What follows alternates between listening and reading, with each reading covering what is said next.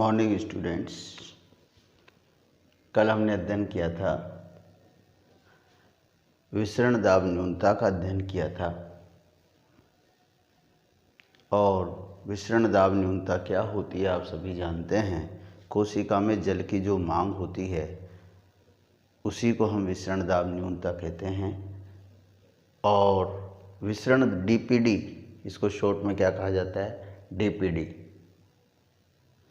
अब देखो बेटा, कोशिका की स्लथ अवस्था, स्लथ का मतलब होता है पिचकी हुई अवस्था। कोई भी कोशिका जब वो बिल्कुल पिचकी हुई होती है, उसके अंदर जल नहीं होता है, तो उसमें हम अधिकतम जल भर सकते हैं। तो कोशिका की स्लथ अवस्था में, पिचकी हुई अवस्था में डीपीडी का मान क्या होगा, आया हुआ क्वेश्चन है, ध्यान देना बेटा। तो देखो डीपीडी बराबर क्या बताया था, ओपी माइनस टीपी। डीपीडी किसी भी कोशिका में जल की मांग है और ये दो दाब पर निर्भर करती है। कौन से दो दाब हैं, एक तो ओपी और एक टीपी, पराशरण दाब और स्पीड दाब। ये एक दूसरे के एक तरह से विपरीत हैं, हम कह सकते हैं। ओपी किसके बराबर है, मैंने बराबर टीपी, लेकिन ऋणात्मक। तो डीपीडी किस पे होगी, ओपी माइनस टीपी पर निर्भर करती है। कोशिका की स्लथ अवस्था, जब कोशिका स्लथ अवस्था में होती है, अर्थात कैसी, पिचकी हुई अवस्था में होती है, तो टीपी का मान शून्य होता है। इस पर दाब ही नहीं रहेगा। जब कोई गेंद के अंदर, आप सभी जानते हैं, एयर नहीं होती है तो उसका वो दाब नहीं लगाती है, कहीं से भी दबाएंगे पिचक जाती है। इस तो कोशिका की स्लथ अवस्था में टीपी का मान क्या होता है बेटा, शून्य। अब टीपी शून्य है तो डीपीडी किसके बराबर हो जाएगा, डीपीडी बराबर ओपी माइनस टीपी का मान कितना कर दिया हमने, शून्य, अर्थात डीपीडी बराबर ओपी।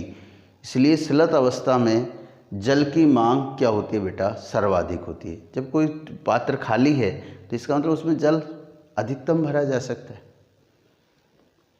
इसलिए स्लथ अवस्था में डीपीडी का मान क्या होगा बेटा, उच्चतम। दोबारा ध्यान दो, कोशिका की स्लथ या पिचकी अवस्था में डीपीडी का मान, कोई भी कोशिका है, कोशिका मतलब कोई आप पॉलीथीन मान लो, ये मान लो कोई पात्र, कोई पॉलीथीन है या चमड़े का कोई पात्र है, ये मान लो। अब आप सभी जानते हैं डीपीडी का मतलब होता है जल की मांग, कि उस कोशिका में जल की मांग कितनी है।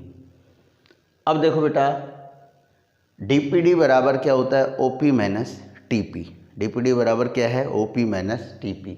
तो जब डीपीडी बराबर ओपी माइनस टीपी है और आप कोशिका कैसी है, कोशिका स्लथ अवस्था में, स्लथ अवस्था मतलब पिचकी हुई, तो इस स्थिति में टीपी का मान शून्य होगा।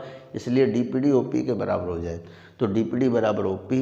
इसलिए स्लथ अवस्था में डीपीडी का मान अधिकतम होगा, उच्चतम होगा। एक किसमिस है, पिचकी हुई है, इसका मतलब उसका टीपी का मान शून्य है। जब उसको हम पानी में डाल देंगे तो उसमें अधिकतम ऑब्जर्वेशन की क्षमता होगी और वो फूल जाएगी। इसलिए हम क्या कहेंगे, डीपीडी का मान उस समय अधिकतम होगा उसकी पिचकी हुई अवस्था में। अब दूसरा इसके विपरीत है, कोशिका की स्फीत अवस्था में डीपीडी का मान। स्फीत का मतलब आपने पानी में से किशमिश को डाला हुआ है पहले से, और वो किशमिश फूली हुई है, अब आप उसमें कितना जल भर सकते हैं, तो उसका मतलब है। तो देखो बेटा, कोशिका की स्फीत अवस्था में डीपीडी का मान, आप सभी जानते हैं कोशिका की स्फीत अवस्था में टीपी का मान अधिकतम, यहाँ तो शून्य था, यहाँ क्या हो जाएगा, अधिकतम। उसकी फूली हुई है, अंदर द्रव भरा हुआ है, वो दाब डाल रहा है, जल है उसमें, तो अधिकतम। और वह टीपी के क्या हो जाएगा बेटा, ओपी के क्या हो जाएगा बेटा, बराबर। अर्थात ओपी बराबर क्या हो जाएगा, टीपी। कोशिका की स्फीत अवस्था में टीपी का मान अधिकतम होगा, और अधिकतम होगा तो वो किसके बराबर हो जाएगा, ओपी के बराबर हो जाएगा अधिकतम। न तो जल, और उसको जल की आवश्यकता नहीं है। इसलिए डीपीडी बराबर क्या हो जाएगा, ओपी माइनस टीपी। अब ये दोनों बराबर हैं, स्फीत अवस्था में ये दोनों बराबर हैं, इसलिए डीपीडी का मान क्या होगा बेटा, शून्य। तो कोशिका की स्फीत अवस्था में डीपीडी का मान या जल की मांग नहीं होती है।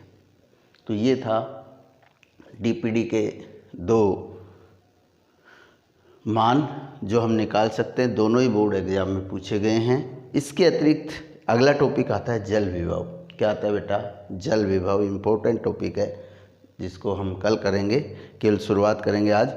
किसी विलयन में विलायक अणुओं की कुल ऊर्जा, किसी विलयन में विलायक अणुओं की कुल ऊर्जा शुद्ध विलायक अणुओं से जितनी कम होती है उसे जल विभव कहते हैं। किसी विलयन में विलायक अणुओं की कुल ऊर्जा शुद्ध विलायक अणुओं से जितनी कम होती है उसे ही हम क्या कहेंगे बेटा, जल विभव कहते हैं। और जल विभव को हम साइन से दर्शाते हैं, इस तरह से दर्शाते हैं, त्रिशूल की निशान से साइन से दर्शाया जाता है। Thanks, have a nice day.